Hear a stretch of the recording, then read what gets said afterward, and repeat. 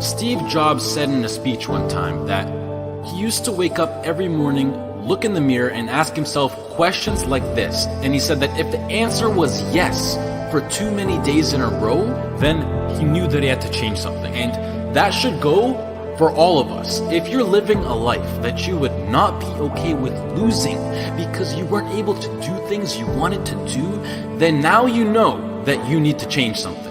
Life is simply too short and unpredictable to not live exactly the way that you please.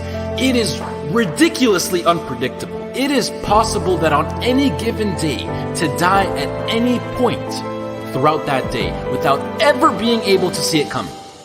When I was 13, I had this teacher who was an absolutely amazing person. I'd known him for several years then, and he had 2 kids, a loving wife. He was a man of God, contributed to the community. He gave us everything that he had, and he would bike to school every single day. I always remember him come to school on his bike, and one morning on his way to school, it was early in the morning, he was crossing an intersection. A reckless driver comes out of nowhere, hits him, he dies on the spot, on the moment of impact.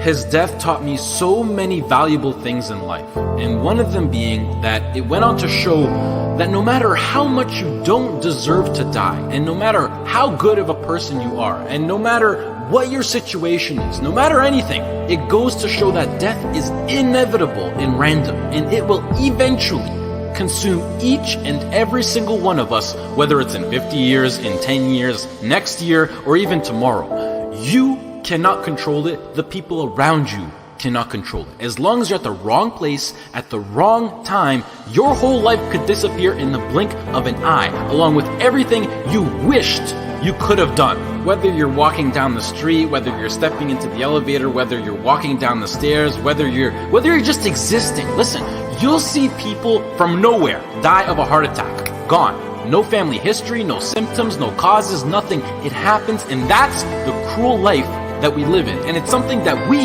cannot control. So what I want to make clear is that regardless of the path that you take in your life, at one point death will consume you. It doesn't care whether you floss your teeth in the morning, whether you raise a family or not, whether you go on to be rich, poor, a success, a failure, whatever, you are still going to die at one point. It is that simple. And knowing that you're going to die soon should be the biggest motivation to both make the difficult decisions in life and to get your ass out of bed in the morning. So now the question becomes, what is it that you truly have to lose?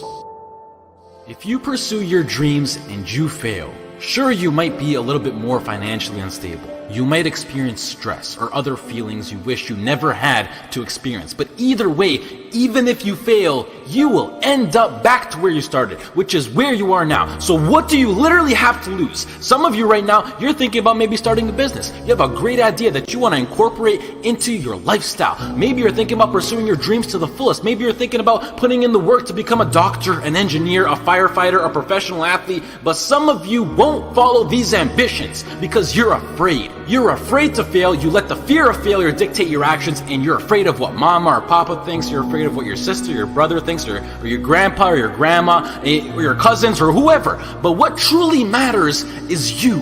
You are in possession of a gift. You have a talent, and whatever that talent is, you can make yourself and the people around you a stronger and better place with it. But sometimes the only way to do that is to take a risk. At one point, you have got to take a leap if you want to make that gift that you have become a reality.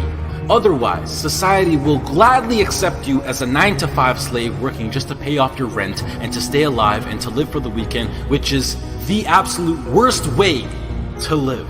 If you don't jump, believe me, if you don't pursue your gift, you will live a life full of regret, and your gift, your dreams, everything that you ever had to offer to the world will die with you. From first-hand experience, I am pissed off at myself